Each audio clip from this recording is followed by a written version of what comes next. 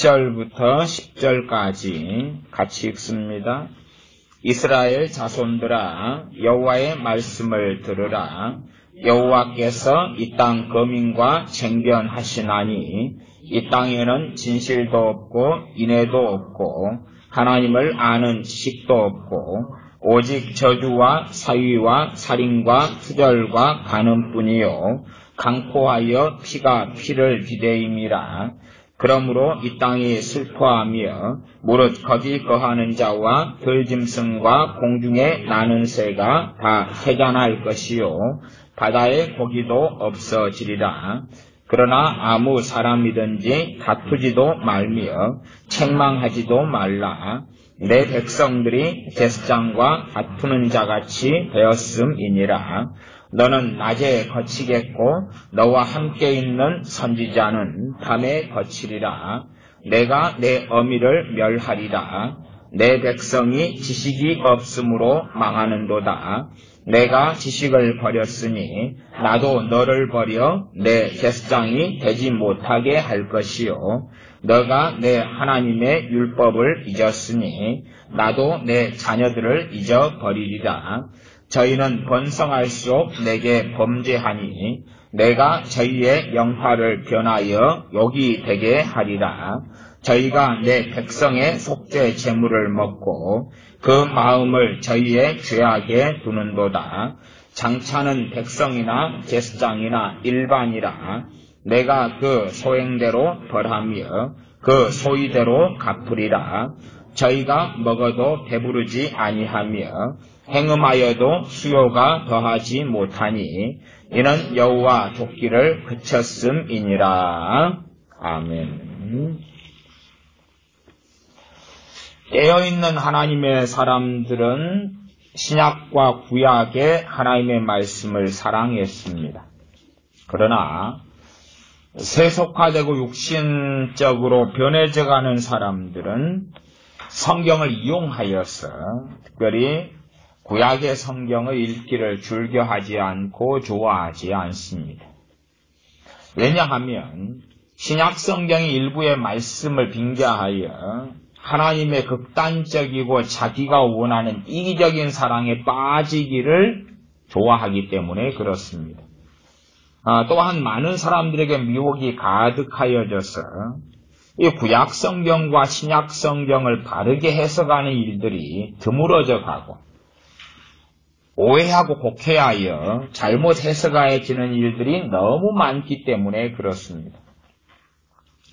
그래서 많은 믿는 사람들이 이제는 점점 성경을 첫째는 반으로 갈라서 구약과 신약 성경을 다른 성경인 양 만들어버리고 그리고 그 가운데 자기가 좋아하는 일부의 성경만 보고 읽으면 모든 성경을 읽고 아는 것처럼 착각하고 살아가는 것을 좋아하기에 이르렀습니다. 오늘 호세아 4장의 본문을 좀 읽었는데 일단은 구약에 대해서는 주님께서 하신 정확한 말씀을 확인하면 좋습니다. 주님께서 하신 말씀은 마태복음 5장 산상수훈인데 마태복음 5장의 말씀을 제가 읽어드리겠습니다. 우리가 잘 아는 말씀입니다. 주님께서는 나는 율법을 폐하러 온 것이 아니라 온전케 하러 왔다 하시는 말씀이지요. 마태복음 5장 17절부터 19절까지의 말씀을 제가 읽어보겠습니다. 내가 율법이나 선지자나 폐하러 온 줄로 생각지 말라. 폐하러 온 것이 아니라 완전케 하려 함이로라. 어떤 논설이 있다. 아니면 어떤 소설이 있다고 한다면 어떤 소설의 발단이 시작되었습니다. 그렇게 해서 내용이 전개가 되고 위기로 흘러갔다가 이제 보통은 어떤 과정이 발단, 전개, 위기, 절정, 결말 이런 5단계라면 위기로 갔다가 절정으로 가기 전에 이야기가 끝나버리면 아직 완성되지 못했다 그 말이죠.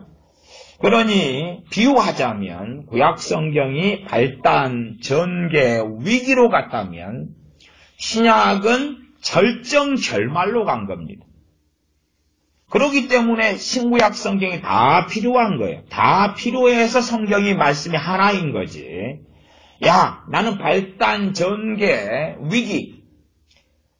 구약 성경의 핵심은 뭐냐 하면 하나님이 어떤 분이신가를 알려주는 겁니다. 하나님의 백성들과 하나님의 관계나 아니면 각 민족, 각 나라. 노아의 시대 때 전 인류면 그들. 창세기 아담과 하와면 아담과 하와. 야곱, 요셉, 이삭, 아브라함, 이스라엘 백성. 그런 사람들과의 하나님 관계 가운데 하나님께서 뭘 말씀하시고 어떻게 행하셨는가. 그러니 비유하자면 발단, 전개, 위기, 그리고 신약은 절정결말인데 다 필요한데 어리석은 사람들은 나는 정답표만 알면 된다. 수학 시험에 이 문제를 풀라 그러면 찍어서 맞췄다 그 말이죠. 어떻게 푸는지도 모르고 풀이 과정도 모르고 공식도 모르는데 찍었어요. 제가 고등학교 때도 애들에게 제가 그런 말을 했습니다. 물론 저도 꽤 나쁜 사람이긴 한데 야 너희들 수학에 풀이 과정 쓰라 말이 안 나오고 그냥 단답식으로 문제가 나오면 모르겠거든. 0, 1, 마이너스 1, 마이너스 2분의 1 아니면 2분의 1 그 정도. 그 다음에 혹시 탄젠스 코사인 루트 문제 나오면 루트 2분의 1이나 루트 2 그 정도가 답이 많네. 루트 3도 간혹 있어. 일단 그 정도 선에서 잘 연구해봐. 그렇게 이야기를 했더랬습니다. 그러나 그렇게 쓴다 한들 그래서 답이 맞았다 한들 과연 맞는 게 되겠느냐 그 말이죠. 주님께서는 내가 율법이나 선지자나 폐하러 온 줄로 생각지 말라. 폐하러 온 것이 아니라 완전케 하려 함이로라. 말씀을 잘못 이해하는 사람들이 이제 주님께서 오심으로 구약성경이 폐해졌다. 구약성경을 크게 두 가지로 나누면 율법과 선지자로 나눕니다. 율법서와 선지서로 크게 나눕니다.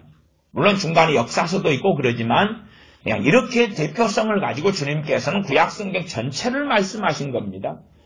내가 율법이나 선지자나 폐하러 온 줄로 생각지 말아라. 내가 왔기 때문에 창세기가 필요 없고 레위기, 민수기, 신명기 아니면 역대상, 열왕기야, 시편, 잠언, 이사야, 예레미야, 호세야, 스가랴, 말라기가 필요 없는 게 아니다. 나는 완전 폐하러 왔다. 주님의 행하심과 사역과 주님께서 친히 하신 말씀과 그의 종들을 통해 하신 말씀, 마지막엔 그의 마지막 사도 요한을 통해서 주님이 주신 계시가 요한계시록인데 그렇게 해서 완전하러 왔지. 이제 주님께서 오셨기 때문에 구약은 필요 없다. 그게 아니다. 그게 아니다고 말씀하고 계시는 겁니다. 18절은 마태복음 5장 18절은 진실로 너희에게 이르노니 천지가 없어지기 전에는 율법의 1.1핵이라도 반드시 없어지지 아니하고 다 이루리라. 율법의 1.1핵 천지가 없어지기 전에는 율법의 1.1핵이라도 하나님은 결코 변하신 적이 없습니다. 하나님은 회전하는 그림자가 없으시다 그 말은 변하시지 않는다 그 말입니다. 변하시지 않는다. 하나님은 불변하십니다. 구약의 하나님께서 그의 아들을 보내신 겁니다. 그러지 주님께서 오신 이후에 하나님의 마음이 변했거나 심정이 변했거나 아니면 인간의 통치 방식이 변했거나 심판의 양상이 변했거나 그런 것이 절대 아니다 그 말입니다. 하나님께서 그 아들을 인류를 사랑하셔서 보내신 그분은 지금도 살아계신 우리의 창조주가 되시며 우리가 영광을 돌리며 찬양을 돌려드려야 될 전능하신 하나님이 되십니다. 19절 그러므로 누구든지 이 계명 중에 이 계명은 뭡니까? 율법과 선지자라고 대별되는 구약의 말씀이죠. 이 계명 중에 지극히 작은 것 하나라도 버리고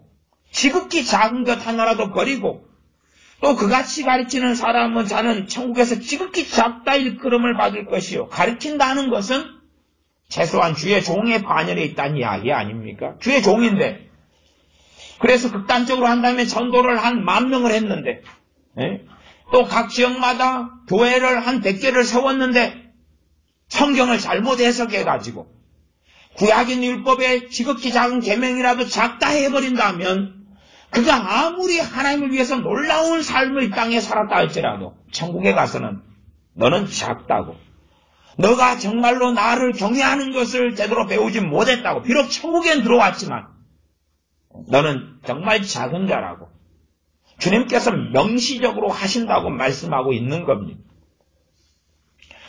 제가 이 시대에 정말 갑갑한 것 중에 하나는 많은 신학자들, 많은 목회자들이 구약성경과 신약성경을 바르게 그 관계성을 이해하지 못하는 겁니다. 그래서 정말 어리석은 사람들이 신앙서적, 신학책을 참 많이 냈는데 그 내용에는 자꾸 하나님의 말씀인 구약과 신약을 잘라버리고 분리시켜버리는 겁니다. 극단적으로는 주님께서 이 땅에 오셨고 십자가를 치신 다음에는 구약에 성취된 말씀이 명백히 있으나 그러나 대부분의 말씀은 그대로인 것입니다. 그대로인 것이. 기본적인 우리가 성경에 대한 이해는 뭐냐 하면 주님께서 오셔서 폐해진 말씀은 있습니다. 그것은 구약의 율법서의 의식들이라고 말씀하는 부분이에요. 의식들. 주님이 오셨기 때문에 더 이상 제사는 필요 없다 그 말. 제사가 필요 없어요. 더 이상 율법과 절기를 지킬 필요가 없어요. 속죄일 아니면 정결의 시, 심지어 여자가 자녀를 낳았는데 아들을 낳고 딸을 낳고 부정케 되어져서 이 부정을 사해야 되고 그런 것이 필요 없다 그 말이에요. 나아가서 명백하게 우리 그리스도인에게 하신 말씀입니다. 우리 그리스도인들은 이제 돼지고기도 먹을 수 있다 그 말이에요. 돼지고기도 먹을 수 있어요. 그러나 불신자들은 그 안에 해당이 없습니다. 불신자들은 우리는 이제 주님 안에서 음식에 부정한 것, 정한 것을 가려낼 필요가 없게 되었습니다. 우리 그리스도인에게만 해당되는 이야기입니다. 불신자들은 주님의 십자가의 혜택이 있습니까? 없습니까? 없습니다. 이해가 좀 어려우시겠지만 불신자들은 돼지고기 먹으면 죄입니다. 십자가의 보혈은 예수님 믿는 자들에게만 해당되는 것입니다. 어리석은 사람은 이해 못하겠지만 그러한 의식법이 완성됨으로 폐해졌다 그 말이에요. 그것이 이야기하는 본질이 우리 주 예수 그리스도셨기 때문에 그림자와 모형으로서 역할이 끝난 거지요. 아파트가 만들어지기 전에 아파트를 팔기 위하여 모델하우스를 만들지 않습니까? 모델하우스를 보고 이렇게 아파트가 지어집니다 하고 이걸 구입하고 사십시오 그럽니다. 자, 그럼 아파트가 다 만들어졌습니다. 다 만들어졌어요. 그러면 더 이상 모델하우스의 기능은 이제 의미가 없어지는 거죠. 그러지 않습니까? 아파트가 다 완성되고 만들어졌어요. 그리고 아파트가 분양되고 나갔어요. 더 이상 모델하우스가 의미가 있냐 그 말이에요. 그래서 모델하우스를 없애는 거 아닙니까? 아니면 어느 큰 백화점을 만들 때에 현장 사무소를 만들어 놓고 그리고 그에 대한 이렇게 만듭니다 하는 사진도 전면도도 올려놓고 백화점이 다 만들어졌는데 이제 건축 사무실이 무슨 필요가 있냐 그 말이에요. 다 만들어졌으니까 이 호텔의 모습이 이렇게 됩니다 하는 것이 다 만들어졌는데 그 그림을 전시할 이유도 없지요. 그런 것처럼 구약의 그런 부분들, 주님의 십자가와 주님의 행하심과 이런 것에 대한 그림자와 모형이 되는 부분들, 그것이 의식법들입니다. 그런 것들은 완성됨으로 폐해진 거고 그 외의 말씀들은 폐해진 적이 없다 그 말. 그 기본 이해입니다. 기본 이해. 그러면 십계명은 살아있습니까? 죽었습니까? 살아있습니다. 로마 카톨릭 천주교 같은 데는 십계명의 2계명을 폐하고 없애면서 10번째 계명을 두 톤발이 내서 십계명이라고 장난질을 쳐놨습니다. 왜요? 성상숭배, 유물숭배, 마리아숭배 어떤 주상을 만들어놔야 되겠거든요. 여신상을 하나 만들어놔야 되겠거든요. 마리아를 혼합종교로 플러스해서 마리아를 여신상으로 등극을 시키는 겁니다. 여신으로 등극을 시키고 하늘의 어머니로 바꾸는 거죠. 하나님의 말씀을 떠난 이 종교가 가톨릭입니다. 가톨릭이. 극단적으로는 그런 것입니다. 참된 신앙에서 누가 분리돼 나왔습니까? 가톨릭이 분리돼 나온 것입니다. 가톨릭이 분리돼 나왔어요. 그리고 깨어있는 사람들은 어느 시대나 소수는 항상 존재했습니다. 항상 소수는 존재했어요. 심지어 과거에는 가톨릭이 절대 권력을 가져서 말씀대로 믿는 사람, 그래서 마리아 숭배를 안 하겠다는 사람들을 고문하고 찢어 죽이고 학살하고 죽였어서 명시적으로 드러내지 못하고 엘리야 선지자 시대 때 바알에게 무릎 꿇지 않은 7,000명이 숨어 있었던 것처럼 그런 시대였을 뿐인 거예요. 참된 교회에서 가톨릭이 변절되면서 분리돼 나간 것이고 참된 교회는 그대로 남아 있었어요. 그러나 이 가톨릭이 절대 권력을 가짐으로 깨어있는 그리스도인들은 숨어 있었어요. 숨어 있었다고. 숨어서 하나님을 섬겨갔어요. 언제까지요? 르네상스, 종교개혁기까지. 심지어 종교개혁 50년, 70년, 100년 전에도 목숨을 걸고 말씀 그대로 전파한 많은 사람들이 있어요. 사보나 놀라 같은 사람들. 그리고 그들을 화형시켜 죽이고 불태워 죽이고 찢어 죽이고 고문해 죽입니다. 가톨릭에서 사제들 신부들이. 그러니 천주교에서 개신교가 갈라져 나온 게 아닙니다. 하나님을 섬기는 교회에서 가톨릭이 찢어져 나와가지고 그는 정치 권력을 가지고 그리고 이제는 핍박의 앞잡이가 되어져서 무수히 많은 기독교인들을 학살했던 것이 천주교입니다. 알려면 똑바로 하시라 그 말이. 똑바로 하시라 그 말이. 그리고 하나님을 섬기는 사람은 거의 1000년 동안 핍박받으면서 숨어 있었다 그 말이. 그러면서 이제는 하나님 말씀이 광범위하게 성경 번역되고 피를 흘리면서 번역하고 그리고 인쇄술이 발달되면서 퍼뜨리면서 이제는 사람들이 함께 모일 수 있었다 그 말이에요.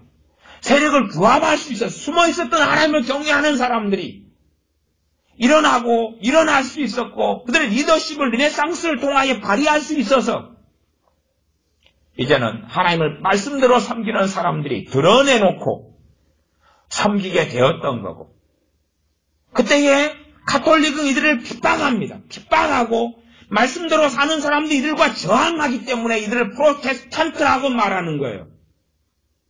말씀대로 살기 위하여 그때에 명확하게 가톨릭 안에 숨어있던 진실한 신자들은 나왔습니다. 루터 같은 사람도 거기서 나왔지요.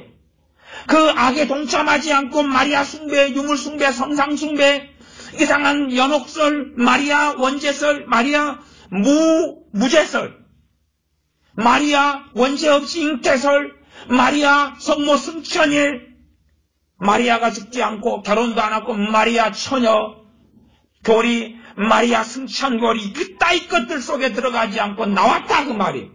나왔어요.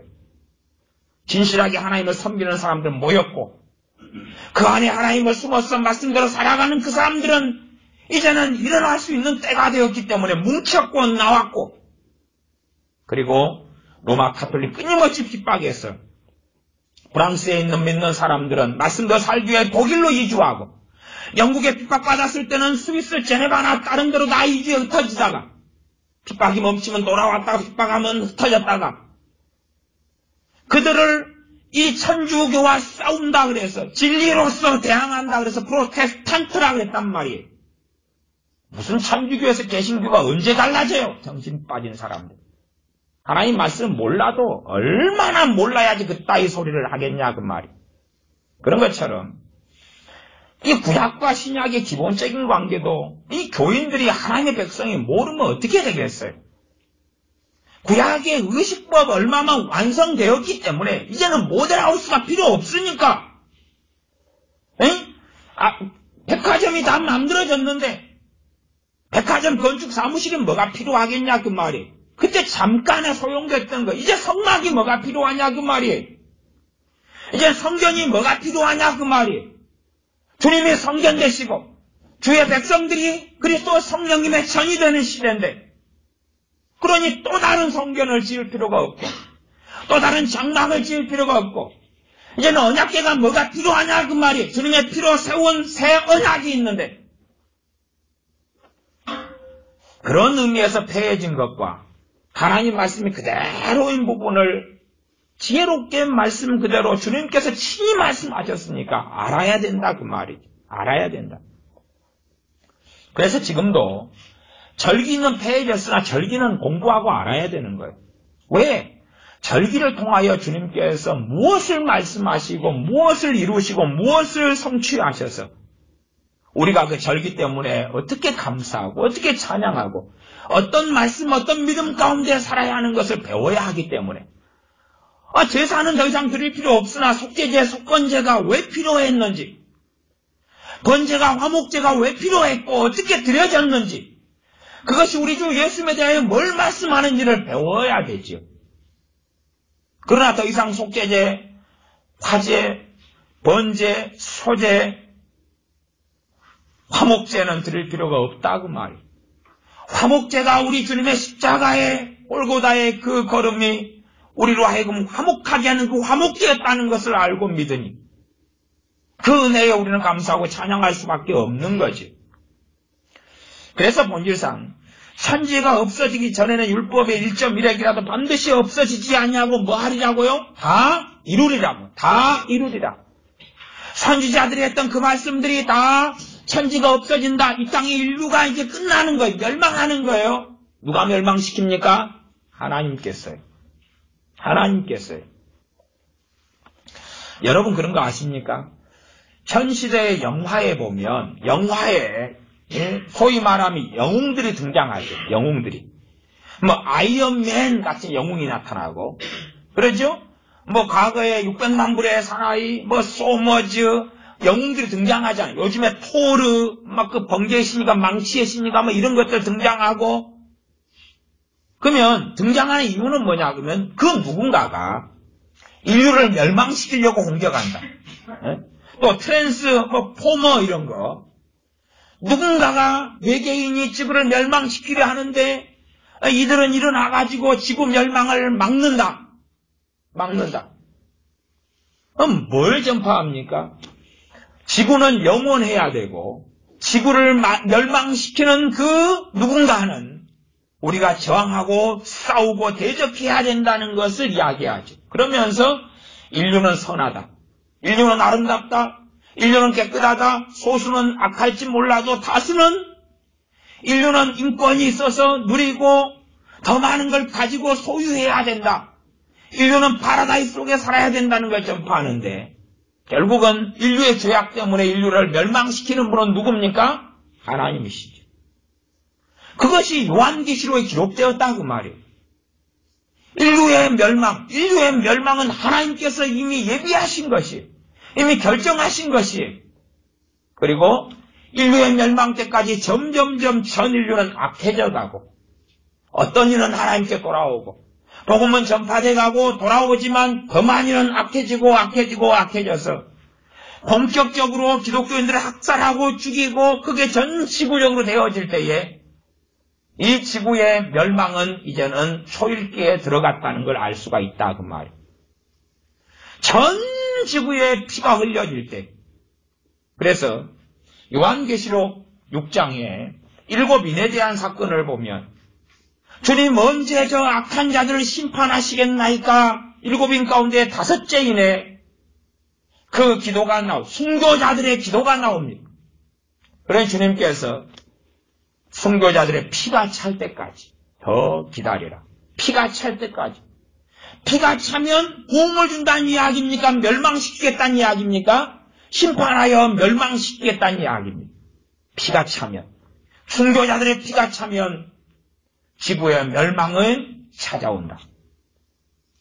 그렇기 때문에 피가 차기 위하여 인류의 마지막으로 흘러갈 때 많은 기독교인들의 피가 흘려지는 거고, 그리고 하나님은 그로 인하여 심판하시며 끝장을 내시는 것이 찾아오는데, 이 성경은 언제 다 이루어지느냐? 구약의 이 말씀들도 언제 다 이루어지느냐? 선지자들의 말씀이 다 언제 다 이루어지느냐? 이 지구의 종말 전까지 다 이루어진다라고 주님이 말씀하시는 거다, 그 말이에요. 그리고 19절은 누구든지 이 계명 중에 지극히 작은 것 하나라도 버리고 또 그같이 사람을 가르치는 자는 천국에서 지극히 작다 일컬음을 받는다. 누구든지 이를 행하며 가르치는 자는 천국에서 크다 일컬음을 받으리라. 무엇을 행해야 된다고 말씀합니까? 구약의 율법과 선지자들의 말씀을 행하며 가르쳐야 된다고 말씀하는 거예요. 주님께서 이 정도도 명백하게 산상수훈의 마태복음 5장에 말씀하셨는데 이 정도도 이해를 못하면 도대체 성경을 어떻게 이해하겠느냐 그 말이에요. 많은 사람들이 이 현시된 유혹에 빠져서 구약은 구약이고 신약은 신약이고 구약의 말씀은 주님이 오시기 전에 하신 말씀이기 때문에 신약에 와서 주님 십자가 이후로는 해당이 없고 그따위 소리를 하는 것을 받아들이고 살아간다 그 말입니다. 자, 이제 호세아서를 보면 호세아 성경은 구약의 선지서, 특별히 소선지서 가운데는 길이가 좀 됩니다. 그래서 14장의 성경이 됩니다.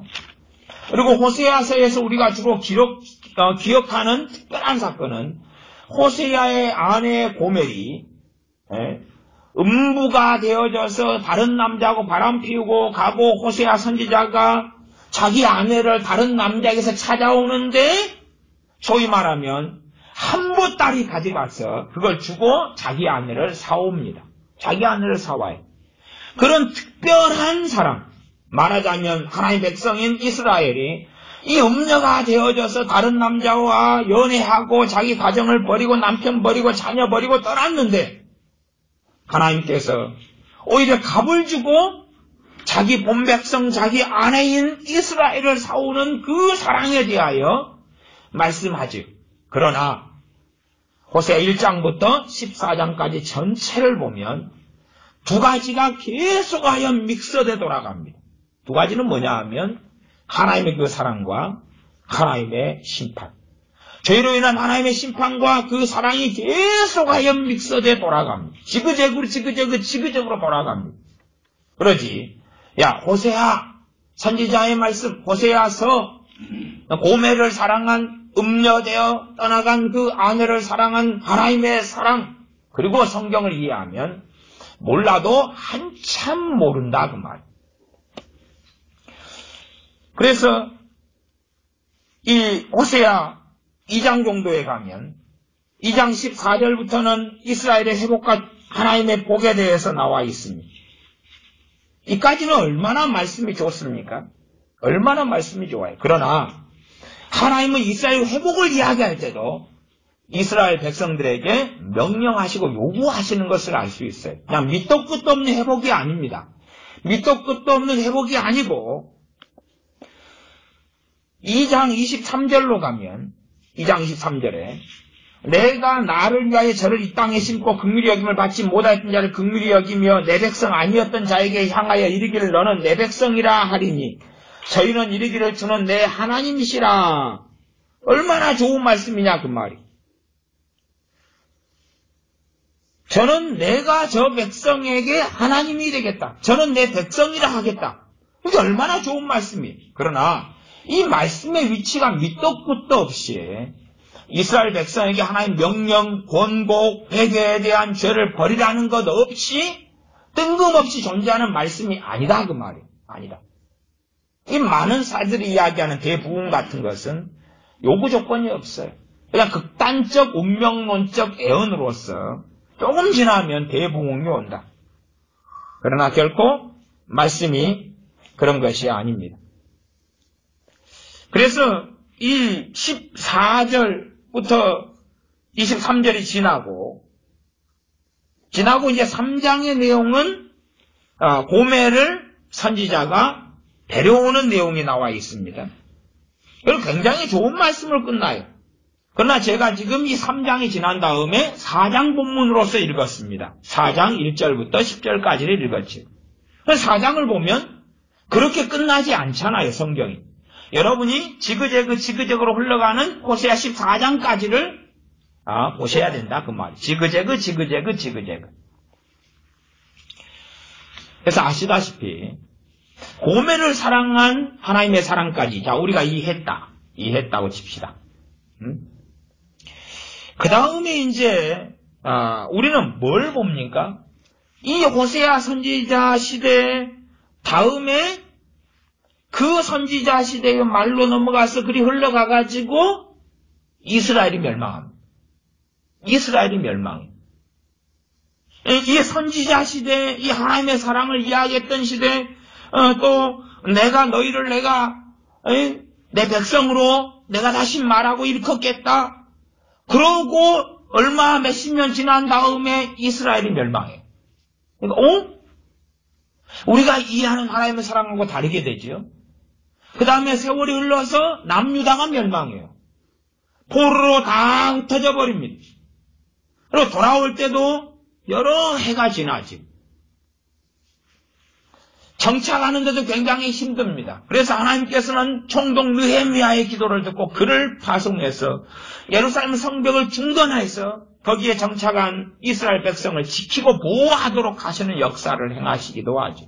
이렇게 지그재그로 가는 상식 정도는 우리가 가지고 있다 그 말. 가지고 있다. 이 호세아 선지자의 예언의 연수가 주로 750년에서 725년 정도, 한 25년 정도 됩니다. 그러니까 BC 750에서 725. 그리고 이 이스라엘의 멸망이 언제입니까? 723년 정도죠. 이게 몇 년 지난 다음이에요. 이 선지자가 한 25년 사역하고 몇 년 지난 다음에 이스라엘이 멸망한다 그 말이에요. 그러니까 하나님이 지금 사랑한다고 말씀하시고 회복시킨다고 말씀하시는데 그 회복을 못 보고 북왕국 이스라엘이 멸망한다 그 말이에요. 그 정도는 우리가 보고 있어야 되죠. 분명히 호세아 선지자를 향한 하나님의 사랑은 신약시대 우리 주님을 통한 사랑과 어디 차이가 있습니까? 그죠? 같아요. 같다 그 말이에요. 그러나 이들은 북왕국 이스라엘은 선지자의 사역이 끝나고 얼마 뒤에 회개하지 않은 채 멸망하고 맙니다. 그리고 이제 이 말씀은 결국은 나중을 대한 예언이 되고야 말죠. 왜? 자기 시대 때 열매를 보지 못했고, 그리고 심지어는 남왕국 유다가 멸망하는 것은 훨씬 뒤입니다. 100몇십 년 뒤에요. 그 다음에도 그때까지도 열매를 못 봅니다. 언제쯤에나 조금 열매를 보냐 그러면 포로 귀환 때. 그리고 얼마 지난 다음에 또다시 포로 귀환 다음에 타락해져 갑니다. 그 다음에 정말로 우리가 열매를 보았다 그럴 만한 때는 주님께서 이 땅에 초림하시고 말씀을 전하시고 또 부활 승천하신 후에 오순절 성님의 강림이 있고 사도들이 주님의 제자들이 복음을 전하러 계속하여 퍼져나가고 그때 정도는 이 열매를 좀 보았을 때다라고 말할 수 있다 그 말이에요. 그러나 아직도 다 완성되지 아니한 예언이 되고야 맙니다. 그래서 3장까지는 우리가 참 좋아요. 3장까지는 5절에 가면 3장 5절에 4절 5절로 가보겠습니다. 이스라엘 자손들이 많은 날 동안 왕도 없고 군도 없고 제사도 없고 주상도 없고 에봇도 없고 드라빔도 없이 지내다가 많은 날 동안 예루살렘 성전이 무너지고 멸망하고 마니까 솔로몬 성전이 멸망하고 마니까 많은 날 동안 그렇게 되었죠. 그러다가 포로 귀환한 다음에 스룹바벨 성전을 만들죠. 그 다음에 또 이게 또 멸망하고 무너지고 맙니다. 또다시 많은 날 동안 왕도 없고 군도 없고 제사 없고 주상도 없고 또 시간을 보냅니다. 주님 오신 다음에 그 전에 헤롯 성전이 지어져요. 40년 동안. 그리고 그때는 제사도 있었죠. 나름대로 왕도 헤롯 왕 같은 사람을 왕이라 그럴지 아니라 그럴지 복잡하지만 왕이 좀 있다가 다시 헤롯 성전이 AD 70년에 완전히 무너지고 멸망하죠. 지금까지 이제는 왕도 없고 군도 없고 에봇도 없고 제사도 없고 이렇게 지내오고 있습니다. 그러니까 이 말씀도 계속하여 성취가 반복되어져 갑니다. 언제까지 해당되겠습니까? 주님 오실 때까지 해당이 되겠죠. 이런 예언들이 중의적 예언이에요. 구약의 예언은 상당히 중의적 예언, 몇 가지를 포함하고 있는 예언이 아주 많고, 그렇기 때문에 사실상 구약의 많은 예언은 해석하기가 난해해서 많은 사람들, 많은 거짓 선지자들은 구약의 예언을 가지고 장난질을 치기가 쉬워집니다. 또한 정상적인 목회자라고 해도 호세아 가운데 자기가 전하고 보고 싶은 것만 뜯어내가지고 장난질 치기가 아주 쉽다고 말이에요. 왜 전체 문맥은 잘 보지를 않아요. 뻔한 이야기인데 안 보는 거예요. 안 보고 와, 오늘은 우리 교회 교인들, 성도님들이 하나님의 그 놀라운 사랑에 대해서 듣고 싶구나. 그리고 전해요. 그건 좋아요. 말씀이 있으니까. 그 다음에는 호세아서를 전하면 한 번은 호세아와 고멜과 이로 비유한 하나님과 이스라엘에 대한 하나님의 사랑, 하나님 백성에 대한 하나님의 사랑을 전하는 건 좋은데, 그 다음에는 호세아의 다른 본문을 가지고 또한 전해야 된다 그 말이에요. 그러나 호세아에서 전하면 그거 하나, 끝. 그렇다면 어떻게 정상적으로 볼 수가 있겠느냐 그 말이죠. 또 우리가 호세아서 성경을 볼 때 그것을 사로잡혀가지고 14장을 보는데 우리의 눈은 호세아와 고멜, 우리의 눈은 하나님과 이스라엘, 하나님의 이스라엘에 대한 사랑 거기에 머물러 있다면 호세아 성경 14장을 제대로 못 보는 어리석은 사람이 되고야 맙니다. 3장 5절은 그 후에 저희가 돌아와서 그 하나님 여호와와 그 왕 다윗을 구하고 말일에는 경외함으로 여호와께로 와 그 은총으로 나아가리라. 그 하나님 여호와와 그 왕 다윗을 구하고, 다윗의 위에 앉으신 분이 우리 주님이시죠. 그리고 주님께서 때가 참에 이 땅에 오셨다 그 말이에요. 그러니까 첫째 성취는 주님이 오신 것이 성취고, 주님 이후에 갈릴리에 많은 사람이, 주님의 사도들이, 제자들이 나온 것이 첫째 성취고, 그리고 이제 7년 대환란 마지막 요한계시록 뒤쪽에서 유대인들이 돌아오는 성취가 남아있겠죠. 이 중의적인 것이 남아있어요. 그리고 4장 오늘 읽었던 본문으로 넘어옵니다. 그러면 순서는 그래도 2장 3장에는 하나님의 사랑을 이야기하면 4장으로 넘어와요. 그런 걸 잘 보셔야 돼, 순서를. 그래서 호세아서 그러면 그 말씀에 대한 중심은 하나님의 사랑과 하나님의 공의입니다. 두 개가 다 있다고 말. 뻔한 이야기 아닙니까? 하나님의 사랑과 하나님의 공의예요. 밑도 끝도 없는 사랑 이야기로, 사랑 타령으로 끝나는 게 아니고 사랑 이야기, 하나님의 공의. 그리고 호세아 선지자의 BC 750년에서 725년까지 25년 정도의 사역이 마치고 이제 호세아 선지자를 통한 예언이 이루어져 가는 걸 그 이후로 지금까지 우리가 보고 있다고 말이에요. 그 하나님의 사랑을 이야기하고 하나님의 공의와 심판을 이야기하는 선지자의 예언이 반복적으로 이루어져 가고 있는데, 많은 때에 하나님의 그 돌아오라는 그 사랑이 유감스럽게 이스라엘에게 받아들여지지 않았다는 사실이죠. 4장 1절 이스라엘 자손들아 여호와의 말씀을 들으라. 여호와께서 이 땅 거민과 쟁변하시나니 이 땅에는 진실도 없고 인애도 없고 하나님을 아는 지식도 없고 오직 저주와 사위와 살인과 투절과 간음뿐이요 강포하여 피가 피를 뒤대음이라. 지금 2장 3장의 사랑을 이야기하지만 여기는 그걸 이야기하지 않잖아요. 쟁변한다는 건 이들하고 하나님께서는 논쟁하고 대화하고 토론하고 책망하신다는 이야기. 우리 변론하자 말씀하시는 거죠. 이스라엘 백성, 하나님의 백성의 지금 삶의 이야기를 하고 계시는 거죠. 삶의 이야기를 하고 계시는 거예요. 그로 말미암아 하나님께서는 심판하겠다는 말씀을 하고 계시는 거예요. 이게 지금 다르잖아요. 다른 걸 섞어버리면 이상하게 되는 것입니다. 하나님은 하나님 백성에 대해서 첫째는 이렇게 행하시고, 두 번째는 각 나라와 각 민족에 대하여 이렇게 행해 오셨다는 사실입니다. 뭐가 없었느냐? 자세히 보면 이 땅에는 진실이 없다. 진실이 없다. 여러분 가운데서도 처음 예수를 믿는 분도 계시지만, 그래서 우리 교회가 처음 교회가 되신 분도 계시지만, 그러나 대다수의 분들은 수평이동 아닙니까? 그렇죠? 많은 분들은 수평이동, 다른 교회 신앙생활 하시다가 또 저도 수평이동입니다. 제가 이 교회 20번째 교회니까 저 수평이동 얼마나 전도사로 사역했던 교회가 여러 개고 봉사로 다녔던 교회도 있고 여러 개, 20개째입니다. 20개째.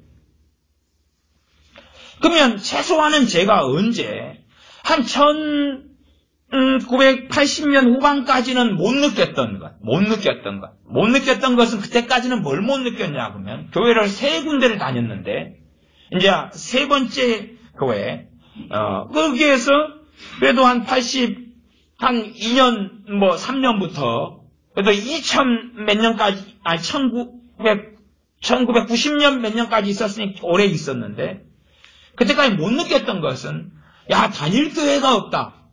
그 방황은 그때까지는 없었어요. 근데 1990년 넘어서 90 몇 년부터 느끼는 것은 단일 교회가 없다는 고통이에요. 다닐 만한 교회가 없다는 고통이에요. 심지어는 예배당을 나갔는데 내 속을 내보일 수가 없는 거예요. 내 속을 내보일 수가 없는. 특별히 정말로 가난했을 때는 더 비참한 거예요. 왜 비참하냐 그러면 주정부 봉투를 내놓고 도장을 찍지 11조 명단을 주보에 쓰지. 근데 지금 내가 보롯이 하루에 2끼니도 잘 못 먹고 사는데 11조 낼 것도 없고 헌금 낼 것도 없는데 명단은 내가 존재하지 않지. 겨우 주정헌금 1,000원이나 겨우 주일헌금 내고 있는데 거기에 무슨 명단이 뭐가 있으며 딴 사람 2,000원, 3,000원, 5,000원 낼 때 그런 판국인데 심지어는 액수까지 적어져 있고 그러니 내가 지금 어렵다는 형편과 처지를 누구에게 말할 필요도 없지만 내 진실을 드러내고 대화할 사람도 없고 또한 1990년 어느 때부터는 교회가 하나님 뜻대로 살면 부자가 되고 뜻대로 안 살면 가난뱅이가 되고 하나님 뜻대로 살면 성공해서 복을 받고 이게 완전히 교회 안에 퍼져가지고 가난한 사람들이 있을 자리가 없게 되었는데 내 가난을 이야기해봐야 결국은 내가 믿음 없다는 평가와 판단과 정죄만 받을 뿐이었어. 진실을 어디서 보일 수 있느냐는 거지. 거꾸로 제가 대단히 고상한 사람이어서 내 수준에 맞는 교회를 찾는다는 게 아니라 최소한은 교회 안에서 판단하고 비난하고 정죄하기보다는 어려움을 겪고 상처를 가지고 때로는 이혼하고 때로는 고통을 가진 사람들이 판단받지 않고 비난받지 않고 정죄받지 않고 가난한 사람들이 헌금 낼 형편도 안 되는 사람들이 정말로 사랑을 나누는 가운데 신앙생활을 할 만한 교회가 어디 있느냐를 90년이 넘어서 찾아도 그 방황의 때를 계속 하게 되는 거예요. 계속 하게 되는 거예요. 물론 저 같은 경우는 핑계는 좀 있습니다. 왜냐하면 내가 한 지역에서 머물러 살면서 교회를 이 교회 저 교회 옮겨 다니면 그렇겠지만 다행히도 장소를 옮겨서 부산으로 갔다가 담양으로 갔다가 광주로 갔다가 제주도로 갔다가 이 돌아다니며 직장생활을 하니까 명분이 서죠. 나 타지생활하면서 이 지역에서 교회를 찾으니까 이렇게 장소만 옮겨서 직장으로 옮겨서 교회를 찾으면 어디서 다닐 교회가 있냐 그 말이 되죠. 어디서 다니지? 교회를 다녀보는 거죠. 근처에 있는 교회들을 지역에 있는 교회들 다녀보는데 얼마나 그게 힘든지 모르죠. 그냥 대강 근처 교회든 멀리 떨어진 교회든 어느 교회를 정하면은 큰 문제 없이 최소한의 은혜 생활을 하면서 살 수 있다면 모르는데 그렇지 않게 되는 거예요. 이런 것이 이제 우리가 흘러내려오면서 사실은 예배당 안에서 그리스도인으로서 형제로서 내가 가진 속글 진실을 이야기할 수가 있느냐. 저는 이 교회 생활에 대한 비결을 일찍 배웠어요. 주일날에는 웃는 얼굴로 나가야 돼. 괜히 주일에 찡그린 얼굴로 슬픔에 잠긴 얼굴로 근심 있는 얼굴로 나가면 말 많은 교회는 손가락질 받고 말이 돌고 돌고 도는 거예요. 시험에 빠졌느니 죄를 지었느니 어쨌느니 저쨌느니 쨌느니 그러니까 정말 행복한 척 정말 기쁜 척 아무 문제가 없는 척 부부싸움 대판해가지고 그냥 남편과 아내가 그냥 난리가 났어도 그날은 손잡고 예배당에 가기 같이 가면을 쓸 수밖에 없어요. 제가 어느 때 어느 아이를 과외를 가르쳤는데 그 아이가 이제 좀 친해지니까 자기 엄마 아빠가 맨날 싸우는 걸 이야기해 주더라고요. 저는 몰랐어요. 왜냐하면 제가 그 교회 전도사로 있을 때 이제 공부 못하거나 이런 교회 아이들을 공짜로 공부를 가르쳤어요. 그쪽 어느 전도사로 있던 교회에서는. 근데 이제 한참 가르치니까 애가, 야, 정사님, 사실은 우리 엄마 아빠는 맨날 싸워요. 근데 교회에 올 때는 주일날은 손잡고 오거든요. 나는 그냥 얼마나 엄마한테 그냥 어려운 일을 당하는지, 때로 손찌검 당하고 맞고 뭐 등등등등 그런 이야기 들으면서 이게 가면이구나.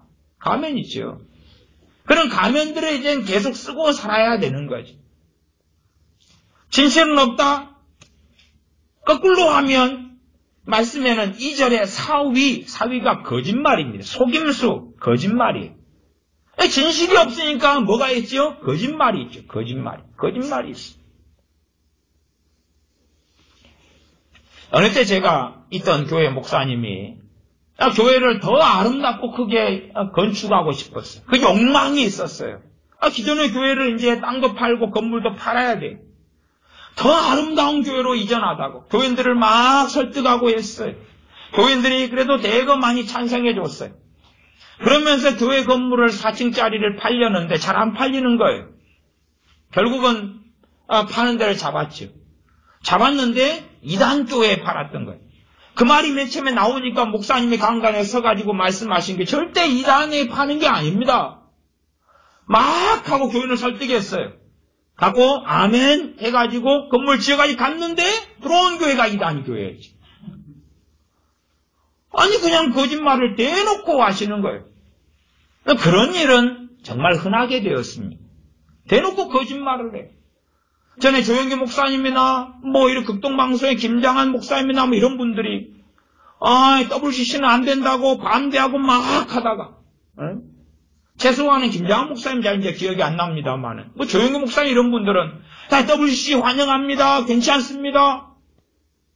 유계성 목사님 이런 양반도 WCC는 안 좋은 것인 채로 유황수를 막 퍼뜨리다가 WCC 그 위원회 자기가 들어가 있고 교회가 들어가 있으니까 의도성을 가지고 한 게 아닙니다. 교단에 속했기 때문에 불가피하게 한 겁니다. 막 하다가 나중에는 WCC는 잘못된 게 아닙니다. 다른 것일 뿐입니다. 정상적인 겁니다. 말을 진실이 있으면 진실을 처음부터 대놓고 말해야 되는데 말을 싹 돌리고 바꿔치기 하는 것. 얼마나 그런 것을 많이 해오느냐 그 말. 자기가 뭘 믿는다 그러면 믿는 걸 이야기해야죠. 겉과 속이 같아야 되죠. 왜 속이 달라서 안에는 숨기고 겉에서는 그럴싸한 것을 전발하고. 과거에 돌아가신 그 정원 목사님이라는 분이 있었는데 그 양반도 내부에서 교인들하고 설교할 때는 녹음을 못하게 해요. 다 핸드폰 다 거두고 녹음 못하게 하고 다 막고 이 안에서는 별이야기를 다 해요. 막 욕설부터 시작해서 저주, 포악, 막 성질 부는 거 다 하고 책들은 사랑 그러니 교회 교인들은 사정을 알지. 녹음을 못하게 하니까 어쩌다가 녹음이 좀 된 자료들이 이제 유출돼가 나오니까 세상에나 이 목사님이 이래. 그리고 갑자기 이제 돌아가신 거지. 물론 그분을 판단하고 정죄하자는 게 아니라 우리 안에 이렇게 흔하게 진실이 사라지고 이 거짓말이 횡행하게 되었어. 우리 교회에는 그 삼성에서 설계사분들을 상대로 하는 텔러, 전화 상담 이런 직장을 가진 청년들이 있어 오니까 얼마나 그 보험 설계사들이 거짓말이고 포악하고 온갖 속임수로 가득한지. 어제도 몇 시간을 들었네요. 얼마나 설계사들이 포악하고 거짓말로 가득하고 속이고 너무나 많고 그런지를 몇 시간을 들었어요. 근데 웃기는 건 보험 설계사들의 많은 숫자가 교회 집사님과 권사님들이 병원하고 짜고 또한 사람하고 짜가지고 국가를 상대로 아니면 보험사를 상대로 사기를 치는 거예요. 거짓말을 해서 돈을 돌려먹는 거예요. 얼마나 그게 많은데 그 사람들이 크리스찬들이 많은 거예요.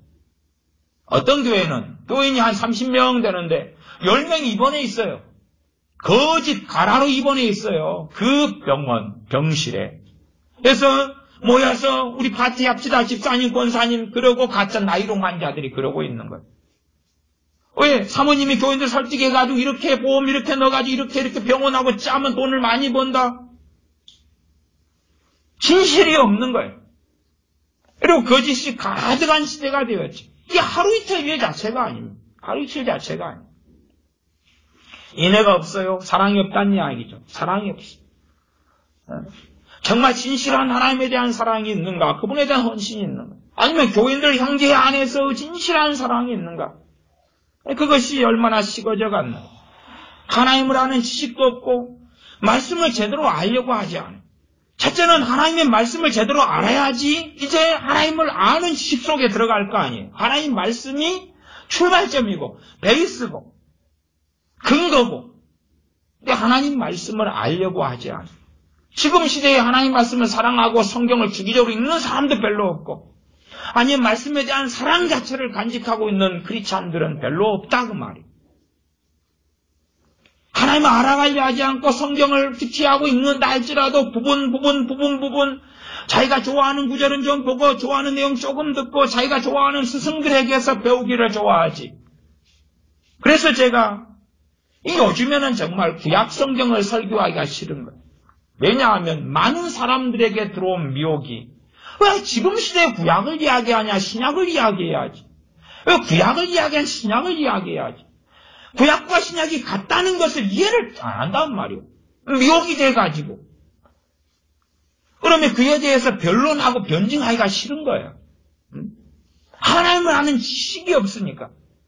하나님을 아는 지식이란 전제에서 이때의 성경은 무슨 성경입니까? 구약 성경입니다.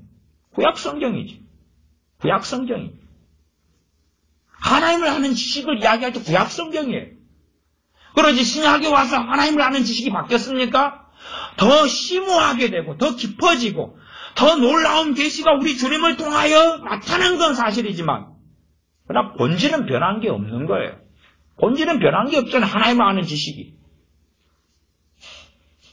이게 사람들은 어떤 구절은 신약적 관점으로 자꾸 들여다보고 어떤 구절은 자기 입장에서 보고 하지만 하나님을 아는 지식이 어떻게 변했냐 그 말. 동일하다 그 말. 성경을 크게 이야기하면 성경 66권 안에서 하나님을 아는 지식을 배우고 그 다음에 인간을 아는 지식을 배우고 그러니까 하나님을 아는 지식이라는 것은 성부, 성자, 성령님 삼위일체 하나님을 이야기하는 것입니다. 하나님을 아는 지식과 인간을 아는 지식이 두 개의 큰 줄기가 성경에 나와 있는 거죠. 인간을 아는 지식은 사람이 얼마나 부패했고 타락했는지, 어떤 죄 가운데 살아가는지, 어떠한 과거, 어떠한 현재, 어떠한 미래, 어떠한 하나님의 심판이 일어날 것인지, 인간을 아는 지식. 하나님이 어떤 분이고, 어떻게 행하셨으며, 성품이 어떠시고, 어떤 분이시기 때문에 누구와의 관계에서 어떤 일이 벌어졌는지, 이를 통해서 하나님을 알아가죠. 선지자들의 메시지를 통하여 하나님의 선지자 그의 종을 통하여 말씀하시기 때문에 그 말씀을 들으면 하나님이 어떤 분인지를 알죠. 아마 과거의 연애시대에 수십 년 전의 연애시대에는 좀 더 연애가 심오했지 않나 싶어요. 심오했다는 이야기는 옛날에 연애는 핸드폰이 없기 때문에 전화도 잘 없기 때문에 편지를 써가지고 연애를 했죠. 심오하게 적어가지고. 물론 가을이면은 단풍잎을 하나 집어넣고 하지만 심오하게 고민하고 생각하고 뭘 적어가지고 썼지만 지금은 깊이 있는 그런 대화보다는 가벼운 가십거리로 아니면 그거 대신 복지시대니까 놀러가고 먹고 마시러 가는 게 주를 이루고 뭔가를 해주는 거죠. 백일 반지를 해주고 옷을 사주고 커플티를 하고 뭔가를 해주고 그런 걸로 대신 메꾸고 과거에는 사람과 사람, 지성과 지성이 마음과 마음이 교류를 좀 했다면 지금은 이제 물질과 물질이 외모가 외모와 교류를 해야 되는 시대가 되었지요. 하나님을 아는 지식, 이 지식도 없고 오직 저주와 사위와 사위는 거짓말이다 그랬어. 저주. 얼마나 지금 시대에 저주가 횡행합니다. 저는 지금 시대는 무슨 시대다 그냥 갑질의 시대다. 갑질의 시대. 갑질의 시대. 얼마나 많은 사람들이 갑질을 합니다. 그러면 이 정말로 뭐 빽이 청와대에 있고 빽이 뭐 대법원장이고 빽이 뭐 어디 금감원이고 그러면 이해를 하지요. 저 사람 갑질할 만해. 자기 삼촌이 별 4개 장군이고 그건 갑질할 만해요. 아니면 저 사람이 돈이 1000억이 재산이 갑질할 만하죠. 갑질 우리가 당해주고 아부를 좀 해가지고 콩고물이라도 좀 얻어먹고. 근데 지금 시대에는 이 갑질이라는 게 아무것도 없는 사람들이 갑질은 무진장합니다. 이게 손님들, 고객을 대상으로 일하는 이 삼성 이 직원들 이야기를 들으면 맨날 자기가 금감원에 가족, 형제, 친척 있대요, 거기가. 금감원에. 그래가지고 어떨 때는 무조건 전화 걸자마자 욕한대요. 욕하면서 내가 니한테 어떻게 해줄까? 뭘요, 고객님? 그러면 금감원에 신고를 해줄까? 응? 아니면 청와대에 신고를 할까? 또 밑도 끝도 없이. 아니면 너그 삼성에 이야기해서 니를 잘라버릴까? 협박 갑질이 항상 들어오는 거예요. 그러면 정말로 금감원에 백그라운드가 있으면 오이 고객님 잘못했어요. 뭐 잘못한 게 또 있어야 되지만 근데 아무나 그럽니다. 아무나 거짓을 동원해가지고 협박하고 위협하고 저주를 하는 것입니다. 아무나. 그러니까 여러분들이 어디 대형 마트에서 좀 고객을 상대로 하는 일을 한다든지 뭐 그렇게 해보면 얼마나 많이 경험하겠습니까? 정말 많이 보통 사람들 얼마나 많이 이 위협하고 저주하는 시대인지 모릅니다. 저는 이 서구 유럽이나 미국 사람들 볼 때에 저들이 신앙적으로 영적으로 쇠락했지만 오래 버티는 이유가 있다. 저는 그렇게 봐요. 오래 버티는 이유가 뭔지 압니까? 어제도 길을 이렇게 가는데 저기 외국인 할아버지 한 명이 개를 끌고 와요. 개를 끌고 와요. 길을 걸어가는데 그러면 우리는 저 낯선 저 외국인한테 인사합니까? 안 합니까? 안 하지요. 외국인 할아버지가 오면서 저를 모르죠. 근데 안녕하세요 지나가요. 안녕하세요 한국말로 친절하게. 그건 서구 유럽이든 어느 나라 가든지 대부분의 외국인들은 저 중동은 안 가봐서 모릅니다. 나는 남미라든지 미국이라든지 유럽이라든지 대부분의 사람들은 헬로, 하이 웃으면서 인사해요. 얼마나 마음이 너그럽고 신사적인지. 그런데 우리는 길을 걸어가다 모르는 사람 봤어요. 쳐다봐요. 가만히 쳐다보면 무슨 일이 벌어집니까? 당신 나 알아? 왜 쳐다봐? 째려봐? 한판 붙어보자고? 나한테 유감 있어? 달라듭니다. 달라들어요. 근데 우리가 되도록이면 싸움을 안 붙으려고 뭐합니까? 눈을 안 마주치는 거 선택하지 않습니까? 눈 마주치면 상대방이 좋아합니까? 그건 안 마주치는 거예요. 근데 이 외국인들은 눈 마주치려고 해요. 왜? 인사하려고. 하이, 헬로, 반가. 얼마나 우리가 포악해졌습니까? 아마 대한민국의 법이 누르고 있지 않다면 이 악랄함은 그대로 터져나올 것입니다. 대한민국 법과 경찰이 누르고 있기 때문에 CCTV가 촬영하고 그 다음에 이 차에 있는 블랙박스가 촬영하기 때문에 이 악을 눌러놓을 뿐인 거예요. 나 그렇지 않으면 이 포악함이 얼마나 드러나고 나타나겠습니까? 그래서 이 포악함은 전도만 해도 드러납니다. 얼마나 사람들 광포하고 포악한지. 얼마나 포악한지. 단지 눌러놓고 숨기고 있을 뿐입니다. 그래서 자기에게 조금만 손해가 온 것 같으면 가만히 있지 않습니다. 제 친구가 택배 배달원 중에 하나가 있습니다. 초등학교 동창이 택배 배달을 하는데 조금만 늦으면 얼마나 갑질을 해야 되는지 누가 합니까? 고객들이. 내 물건 어디 갔냐고! 그러면서 이씨! 그리고 우리 전라도는 유명하죠. 욕하는 거 유명합니다. 막 저주하고 막 욕을 하고 네 놈 새끼 빨리 안 가지고 오면은 어디서 돌라 쳐먹었어. 그리고 얼마나 포악하고 악한지 이루 말할 수 없습니다. 지금 성경에 있는 것이 그대로 이 하나님 말씀이 이루어지는 시대를 우리가 살고 있고 보고 있는 것이. 그러나 이 국민들은 자기들이 얼마나 저주와 포악과 광폐가 가득한지를 보지 않습니다. 보지 않아요. 제가 이제 여수는 관광지이기 때문에 뭐 제가 대단히 친절해서 하기보다도 이렇게 사람들이 이렇게 눈치를 보며 다니면은 사진 찍어주는 게 좀 필요할 것 같으면 제가 찍어드릴까요? 그리고 이제 막 따라다니며 찍어주고, 어디 길 안내가 필요할 것 같으면 그런 이야기를 서로가 가족이 하는 걸 들으면은, 어디에 가면 있습니다. 그리고 한참 가르쳐주고 막 그렇게 합니다. 그러면은, 아이고, 사장님 같은 아저씨 같은 친절한 사람을 못 만났어요. 그런 이야기를 들어요. 거꾸로 무슨 이야기입니까? 거꾸로는 그렇게 전반적으로 포악해져 갔다 그 말이죠. 남미에 가니까 길을 어디를 몰라서 버스를 지금 어디를 타고 가야 되겠는데 모르니까 거기에 있는 사람들, 버스 기다리는 사람이 다 출동을 하는 겁니다. 다 출동을 해요. 문제는 말이 좀 다 다르다는 게 문제지만 다 출동을 해요. 그래가지고 여기 가는데 요걸 타야 되고 저기 근데 또 몰라요. 모르면 갑자기 막 전화를 걸어요. 핸드폰으로 전화를 걸어가 자기 한 사람 연락해서 지금 이건 누가 어디를 가야 되는데 막 남미 스페인어 쓰니까 막 샬라샬라 해가지고 이제 자기가 버스 타고 가야 되는 기다려요. 왜? 제가 오는 버스가 올 때까지 기다려요. 갖고 오면 이제 요거 타고 가는 게 맞다고 타고 가. 또 사람들이 달라붙어가지고 요거 하고 빨리 타고 가라고. 그 차 타고 가면 또 다 손을 흔들어요. 지금 합격했다고 당신.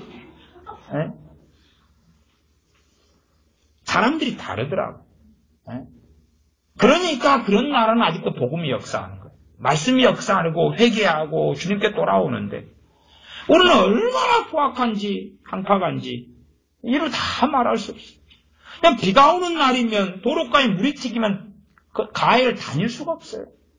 왜? 그냥 뒤집어 쓰거든요. 확 다니면서 사람이 어디 있든지 없든지 신경 안 쓰고 다니고 눈 막 많이 와서 튀어있는 날은 확 다니면 뒤집어 쓰지. 전혀 상대방을 배려하지도 고려하지도 단지 자기에게 손해가 좀 오면 그때부터 막. 그래서 친구가 100원 차인데 100원 400원 받아야 될 택배비를 착각해서 2,500원이 주로니까 2,500원을 받았대요. 100원 때문에 막 미쳐가지고 뱅뱅뱅 돌아가지고 이 미친놈이 내 돈을 돌라 쳐먹었어. 그리고 전화를 하는데 뭐 때문에? 100원 때문에.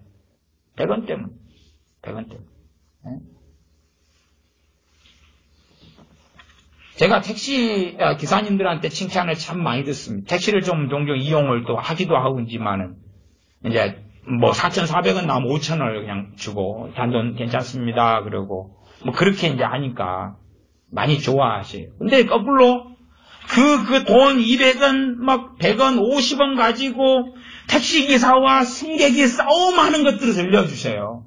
사장님 같은 분만 있으면 얼마나 좋겠습니까?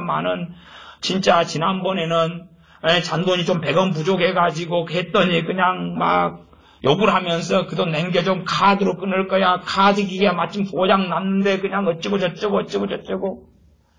정말 상대에 대한 이해도 없고 배려도 없고. 그런 시대 속에 우리가 사는데 그런 사람들이 우리들이고 우리 가족이고 형제고 자녀들이고 부모 아닙니까? 오직 저주와 사위와 살인과 투절은 여기 도둑질하는 겁니다. 스틸링 영어로 한다면 도둑질하는 것입니다. 투절. 지금 쓰는 말은 아닌데요. 도둑질하는 거예요. 절도지 절도. 도둑질하는 거예요. 합법적으로 불법적으로 법망을 피하고 이용하고 보험 사기 같은 거 도둑질하고 돌르고 얼마나 많이 합니까?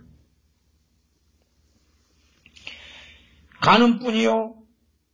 이제는 음란물이 굉장히 많이 나왔으니 청소년부터 어른부터 노년까지 이 음란성이 계속 부추겨져 가지 않습니까? 저도 청소년 때를 기억합니다. 청소년 때 윤리방송심의위원회가 적절하게 제재를 하니까 미니스커트 입고 앞에서 가수가 춤도 잘 못 춥니다. 그러지 않습니까? 방송 출연 정지당하는 것이에요. 청소년 때 미니스커트 입고 이쁜 여자 가수가 살랑살랑 엉덩이만 흔들어도 가슴이 벌렁벌렁하고 설레이는데 지금은 이제 그런 것은 일도 아니지 않습니까?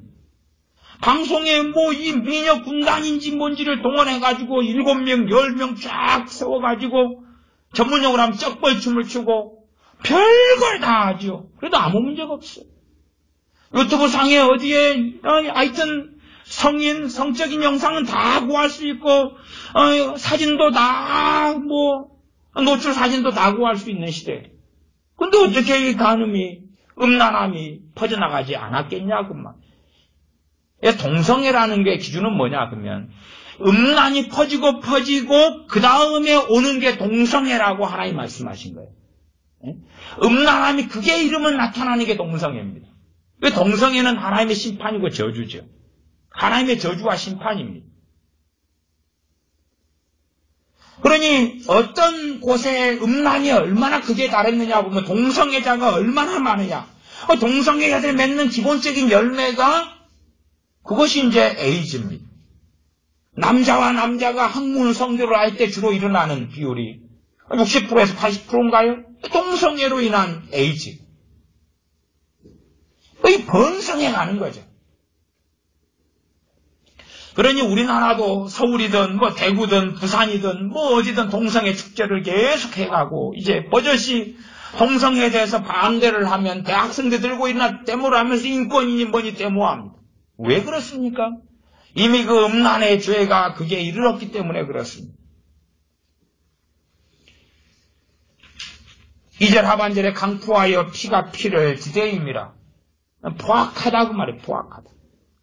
지금 우리나라가 법이 어디 있습니까? 법이 없습니다. 아무나 다 좌파에 맞지 않으면 자기의 사상에 동조하지 않으면 감옥 속에 다 집어넣고 감금해버립니다. 강포하죠. 피가 피를 지대이죠. 박근혜 전 대통령 같은 경우도 아니 그녀가 도대체 무슨 죄가 있습니까? 혐의만 지금 있는 상태예요. 거기서 출발한 거죠. 피가 피를 디대이고 있습니다. 강포가 가득하지. 그런 상황이지. 3절 그러므로 이 땅이 슬퍼하며 무릇 거기 거하는 자와 들짐승과 공중에 나는 새가 다 쇠잔할 것이요. 이 땅이 슬퍼한다. 첫째는 땅이 저주를 받는다는 이야기죠. 저주받는 땅에는 마귀의 역사, 더러운 귀신의 역사가 가득하게 됩니다. 저주받은 땅에는 귀신의 역사가 가득한 땅이 됩니다. 기본적으로 우리가 우상 숭배지가 되면 그 땅에 얼마나 귀신 역사가 많습니까? 우리나라도 이 복음이 왜 이리 늦게 들어왔느냐? 첫째는 우리나라 땅이 전부 다 더럽고 저주를 받은 땅이었기 때문에 그렇습니다. 지금 이제 여러분 시대에는 이 조상제사나 불상이나 우상에 절하는 것이 지금 상당히 적은 시대에 살고 있으니까 잘 모르시는데 과거에는 마을마을마다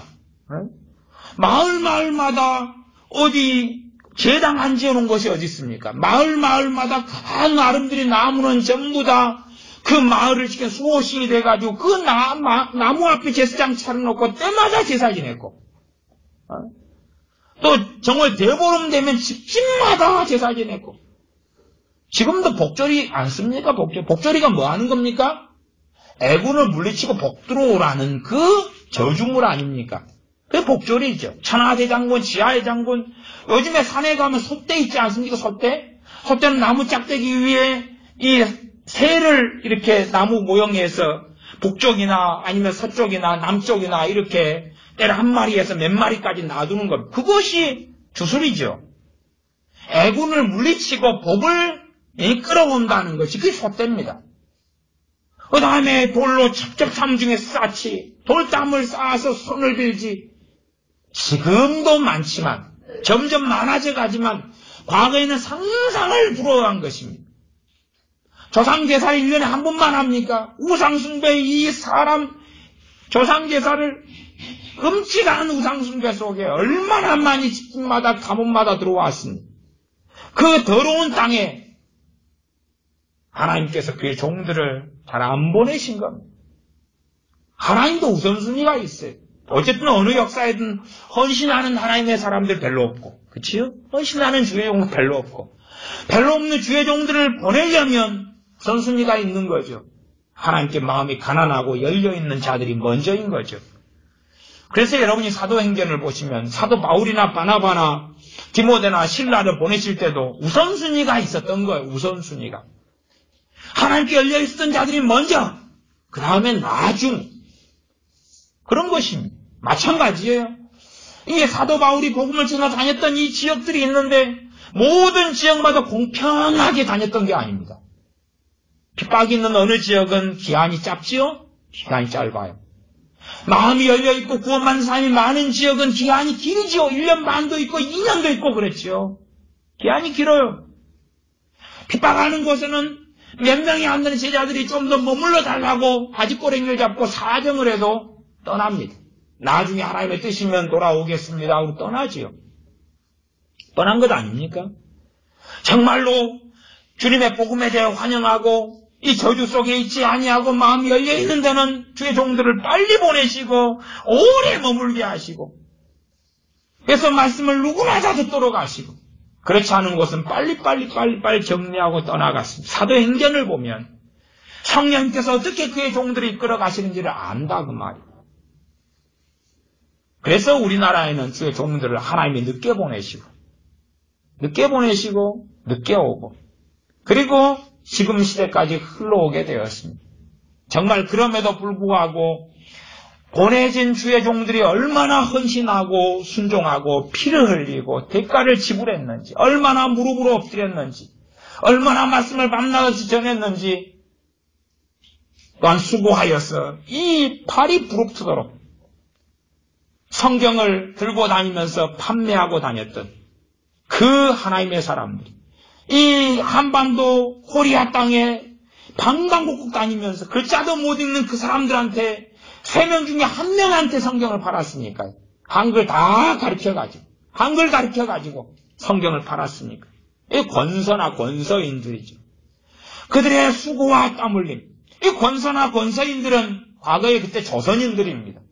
일본에서나 중국에서나 예수님 믿고 이 사람들이 번역에 참여해서 번역된 이 족성경부터 시작해서 짊어지고 와가지고 어떤 사람 15,000권을 팔고 그렇게 방방곡곡을 다니는 그 헌신과 수고 위에 말씀이 역사하고 그들의 기도 위에 성령이 역사하시고 그리고 그 긍휼히 여김을 1903년도부터는 부어주셨다는 사실이에요. 그렇게 지금까지 흘러왔습니다. 그러나 다시금 하나님을 사랑하며 우상 속에 들어갔어요. 그래서 저는 지금 요즘에는 산을 종종 갑니다만 산에 가면 과거하고 차이를 현격히 느낍니다. 어떤 차이냐 그러면 산에가 돌탑이 과거보다 지금은 없는 곳이 없게 쌓였다는 사실입니다. 없는 곳이 없게 쌓였어요. 그저께도 산에 산책을 가서 그래서 함께 간 교회 식구들이 갑자기 놀라더라고요.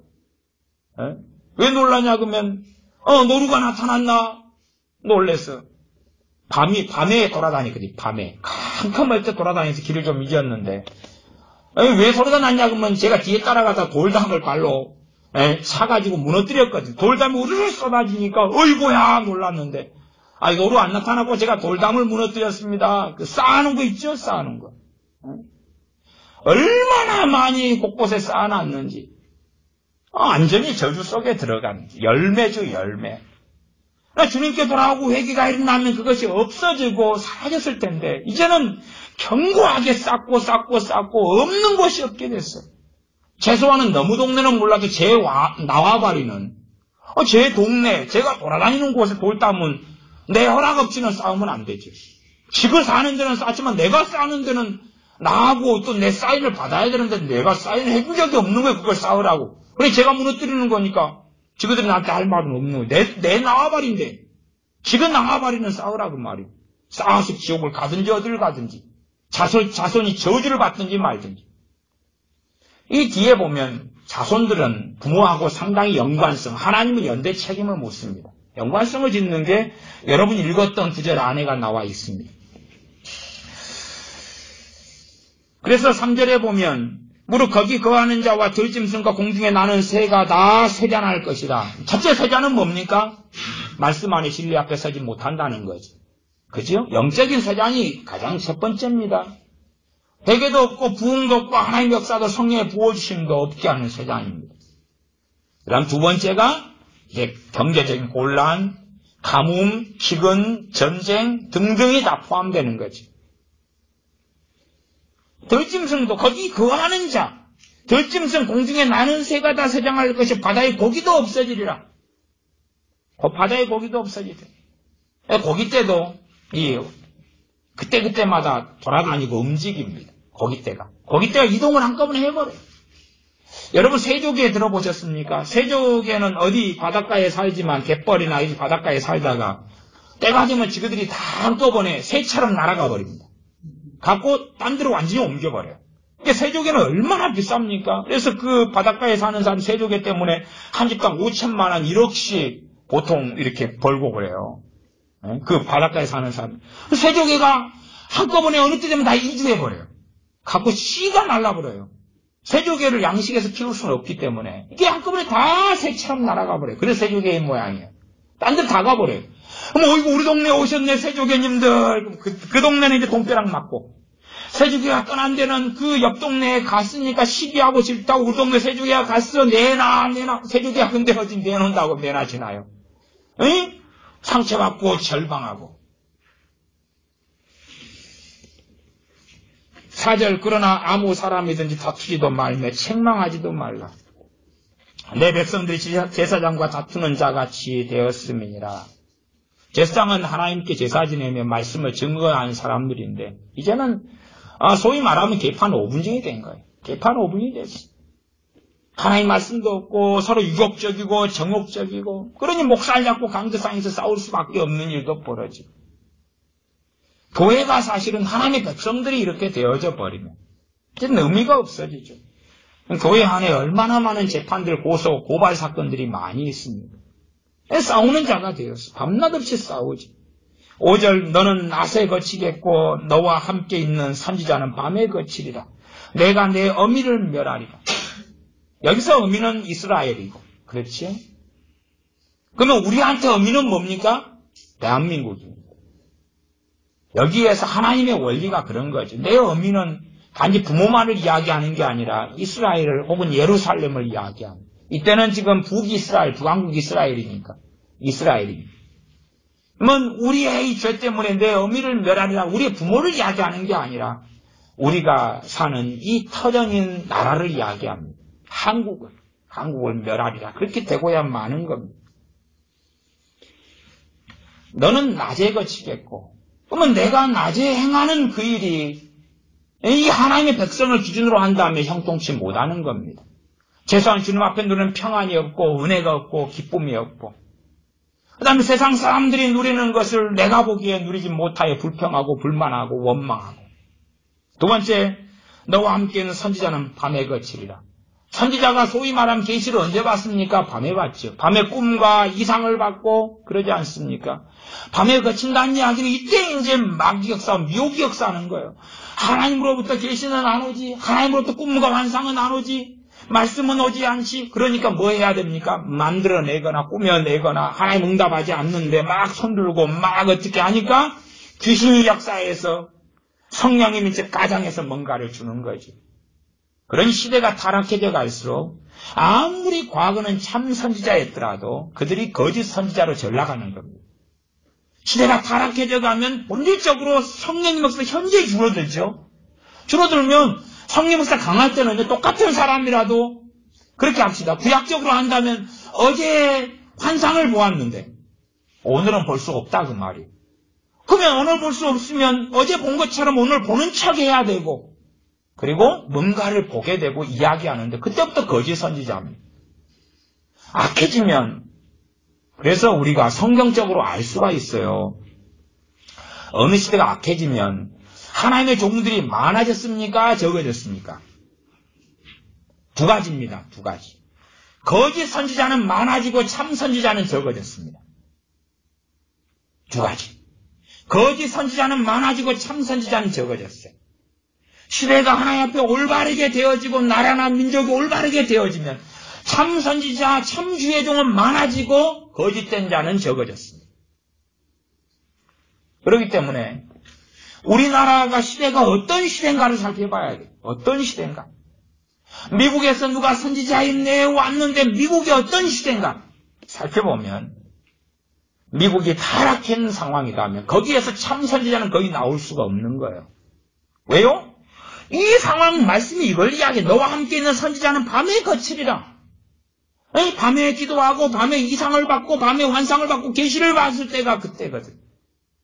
근데 밤에 거친다고. 누가요? 하나님이 그렇게 하신다는 이야기입니다. 우리나라는 점점점 타락해져 가고 악해져 가고 이렇게 완악해져 왔는데 거꾸로 주의 종들은 많아졌고 신학교도 많아졌고 목회자도 교회도 많아졌죠. 교인 수는 줄어들었지만. 그러면 도대체 무슨 일이 있겠는가? 도대체 무슨 일이 있겠네? 그 다음에 우리나라가 악해져 가는데 소위 선지자라고 말하는 자들이 와서 이 나라에서 예언하고 책을 출판하고 발간했는데 내용은 제가 읽어보면 다 좋은 내용이에요. 굳은 내용을 찾을 수가 없어요. 굳은 내용을 찾을 수가 없어요. 아니 우리가 악해져 갔으면 진짜 선지자라는 자들이 오면 뭘 이야기해야 됩니까? 회개와 책망을 이야기해야 돼요. 저는 그래서 그런 부분에서는 폴 오셰 같은 이런 목사님은 상당히 존중합니다. 왜요? 사회가 악해졌으니까 그의 입에서 나오는 게 죄에 대한 책망과 회개가 나오니까 내가 최소한 폴 오셰 당신은 그래도 선지자적인 반열에 있는 분이라고 나는 당신이 인정할 수 있습니다. 당신이 하는 믿음의 정의가 불만이고 회개에 대한 정의에 등등에 내가 동의할 수 없는 중요한 부분들이 존재하지만 당신의 입에서 나오는 메시지를 들을 때는 이 시대에 맞는 메시지를 당신은 전하고 있다고 제가 인정할 수 있다고 말이에요. 세례 요한이 와서 그가 선지자로 와서 하나님의 백성인 유대에게 좋고 아름다운 이야기를 했느냐 그 말이 그렇지 않잖아요. 그 시대가 악했기 때문에. 그러나 세례 요한은 주의 길을 예비하라고 왔는데 우리나라는 주의 길을 예비하라고 거짓 선지자들이라고 하는 자들이 와서 화려하고 좋은 이야기를 이 악해진 시대에 끊임없이 대한민국에 쏟아냅니다. 그럼 그게 어떻게 참 선지자냐 그 말이. 잘못됐다고 정상적인 의사면 환자가 병들었으면 이야기를 해줘야 되죠. 무슨 암이라고 무슨 폐병이라고 어디에 병이 있다고 어디에 질환이 있다고 이건 얼마 치료해야 되고 어느 수술 받아야 되고 이야기를 해주는 게 선지자적인 사명인 거예요. 말씀을 가지고 이야기를 해야 되는 게 그 선지자의 사명이에요. 그 이야기의 선지자가 무슨 일 했는지 아시냐 그 말이에요. 우리가 보고 알잖아요. 호세아 선지자도 마찬가지였고 지금의 저층 선지자라고 하는 자들이 와서 무슨 짓을 하냐 그 말이에요. 좋은 이야기면 좋고 아름답고 아름다운 이 점점점 우리는 타락해져가고 악해져 가는데 희망과 소망과 성공과 부흥과 그런 레파토를 끊임없이 쏟아내는데 그런 사람들이 스승으로 삼고 살아가는 거예요.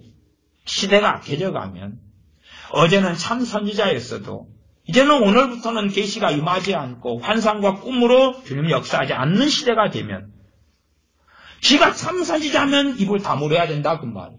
아무 계시도 아무 꿈도 오지 않는데 어떻게 입을 여냐 그 말이에요. 그러나 명예에 사로잡히고 돈에 사로잡히면 그 꿈과 계시와 환상을 이야기해야지만이 집회에 초청되고 돈을 벌 거 아니에요. 그걸 계속 그 짓거리를 해야 되죠. 시대가 악해지면 하나님은 그 시대에 그 나라 그 민족에게 참 선지자를 거두시거나 죽여버리십니다. 참 선지자라 할지라도 예언하지 말라 말하지 말라 침묵하라고 해버리시는 때가 되는데 그런 판국인데 어떻게 이런 이상한 시대가 대한민국이든 미국이든 서구에 왔는지 모르겠습니다. 얼마나 서구가 무너졌고 얼마나 이 미국이 영국이 프랑스가 독일이 신앙이 무너졌는지 호주가 캐나다가 이 대한민국이 얼마나 영적으로 무너졌는지 말할 수 없이 뻔한 것인데 아니 어찌된 게 소위 선지자라 사도라는 인간들은 이렇게 우후죽순으로 어마어마하게 일어섰느냐 그 말이. 이상한 시대가 되었습니다. 4장 6절에 내 백성이 지식이 없으므로 망하는도다. 하나님의 자녀가 뭐가 없으면 망한다 그랬습니까? 지식이. 하나님을 아는 지식이 없으면 망한다 그랬습니다. 이게 하나님이 행하시는 것이죠. 너가 지식을 버렸으니 나도 너를 버려 내 제사장이 되지 못하게 할 것이요. 너가 너 하나님의 율법을 잊었으니 나도 너 자녀들을 잊어버리리라. 너가 하나님의 율법을 잊었으니 나도 너 자녀를 잊어버릴 것이다. 7절 저희는 번성할수록 내게 범죄하니. 이게 인류사의 원칙인가? 인류사의 진리처럼 보여요. 왜 어느 나라 어느 민족이든지 번성하면 악해지는 거예요. 번성하면 악해져요. 번성한다는 것은 잘 먹고 잘 살게 된다는 거예요. 잘 먹고 잘 살게 되면 악해지는 거예요. 개인이든 국가든 잘 먹고 잘 살게 되면 어느 임계점을 넘기면 그때부터는 이 잘 먹고 잘 사는 것은 마귀가 협조하는 것 같아요. 그래야지 더 악해지니까. 사람도 그런 것 같아요. 개인도 잘 먹고 잘 사는 어느 선을 넘어가면 악해지니까 마귀가 네 성공해라. 애따 돈 먹어라. 애따 땅 먹어라. 건물 먹어라. 건물주나 되라. 그래 지옥 가라. 그러는 것 같아요. 저희는 번성할수록 내게 범죄하니 내가 저희의 영화를 변하여 욕이 되게 하리라. 그러나 한순간에 하시지는 않지요. 어느 시간이 흘러가야지. 예? 먼저 어디부터요? 교회에서부터. 하나님께서는 교회에서부터 심판하신다고 말씀했습니다. 교회에서부터, 하나님 백성에서부터 이 심판은 퍼져나가는 것입니다. 그래서 저거 아랍, 저기 어디 중동, 어디 아프리카, 어디 IS, 어디를 먼저 볼 수 있냐 그러면 하나님의 백성들이 많은 그 나라들, 거기서부터 하나님의 심판이 임하는 걸 보게 되고, 오히려 뒤늦은 곳이 아랍이든지 저기 인도든지 어디 하나님을 섬기지 않는 백성들이 그걸 나중에 보게 되는 거예요. 차라리 오래 가려면 오래 가는 것이죠. 공산국가인 베트남이나 라오스나 캄보디아 이런 데가 오래 가려면 오래 갈 거다 그 말이에요. 그렇게 봐요. 미국이나 어디 기독교 국가라고 하는 많은 데가 더 빨리 무너지는 것을 보게 될 거예요. 하나님의 백성에게 하나님 말씀이 먼저 우선순위로 적용되고 그 다음이니까. 하나님 백성인 이 남한국 유다나 북한국 이스라엘보다도 더 오래 갔던 나라가 아시리아고 바벨론이고 페르시아고 로마였다고 말이에요. 그러지 않습니까? 아시리아를 통하여 북한국을 멸망시키고 그 다음에 아시리아가 멸망당합니다. 그리고 바벨론이 남유다를 멸망시키고 그 다음에 남유다가 멸망해요. 아니 바벨론이 멸망해. 바벨론이 남유다를 멸망시키고 바벨론이 멸망해. 그러니 하나님께서 사용하신 도구가 오히려 불신자가 되어져 버리니 끔찍하죠. 그러니 기독교 국가가 또한 기독교인의 인구 퍼센티지가 많은 곳들이 하나님의 심판에 타락할수록 주대상이 먼저 되는 것을 알 수가 있습니다. 8절 저희가 내 백성의 속죄제물을 먹고 그 마음을 저희의 죄악에 두는도다.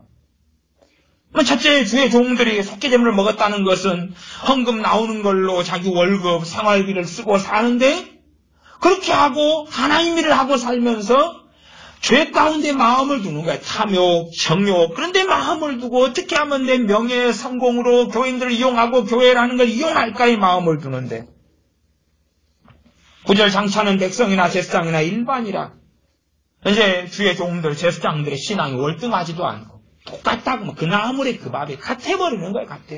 말하는 수준이 똑같고 생각하는 게 똑같고 행동하는 게 똑같고 똑같다는 이야기는 어떨 때는 말하자면 50% 100%다 그러면 50% 100%. 똑같은 거예요. 주의 종의 경건성도 없고 입에서 나오는 건 욕설이요, 저주요, 미움이요, 증오요, 판단이요, 자랑이요, 교만이요, 광패요 똑같다고 말이에요. 그냥 타이틀만 목사, 타이틀만 선교사, 타이틀만 장로 타이틀을 가지고 있고 똑같아진다고 말이에요. 그러면 말씀 그대로 이루어질 때가 되는구나.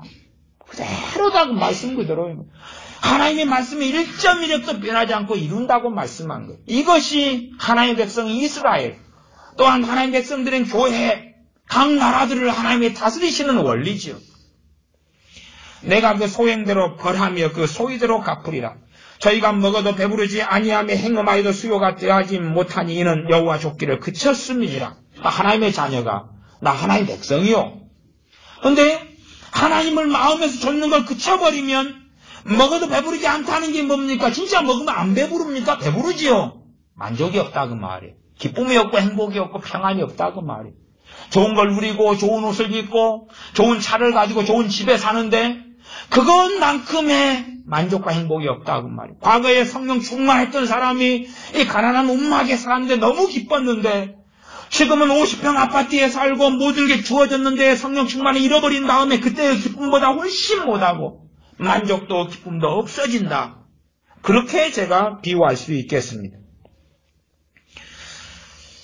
여호와 족기를 이는 그쳤습니다. 우리는 겉만 하나님을 섬기는 사람으로 남으면 안 되고 우리의 마음에서부터 하나님을 따라서 살아야 되고 하나님을 아는 지식을 갖고 소유해서 하나님께서 보실 때에 정말 너가 나를 사랑하고 너가 나를 좇는 사람이구나. 너가 나를 경외하는 사람이구나. 하실 수 있어야 됩니다. 기도하겠습니다. 아버지 하나님, 우리가 하나님을 마음에서부터 좋지 아니하고 내 욕심, 내 평안, 내 안락, 내 즐거움, 또한 내 자녀의 영광을 구하고 살아갑니다. 그러나 하나님을 좇아서 내 자녀를 통하여 하나님을 영화롭게 하실 수 있도록 자녀를 하나님께 내어드리고, 또한 우리가 어느 나이 어느 자리에 있든지 우리의 남은 생애와 인생을 통하여 하나님을 기쁘시게 할 수 있도록 말씀을 따라 순종하는 하나님을 좇는 여정을 걷다가 주님을 배웁게 하여 주시옵소서. 우리 주 예수님의 이름으로 기도하옵나이다. 아멘. 함께 얼마간 기도하겠습니다.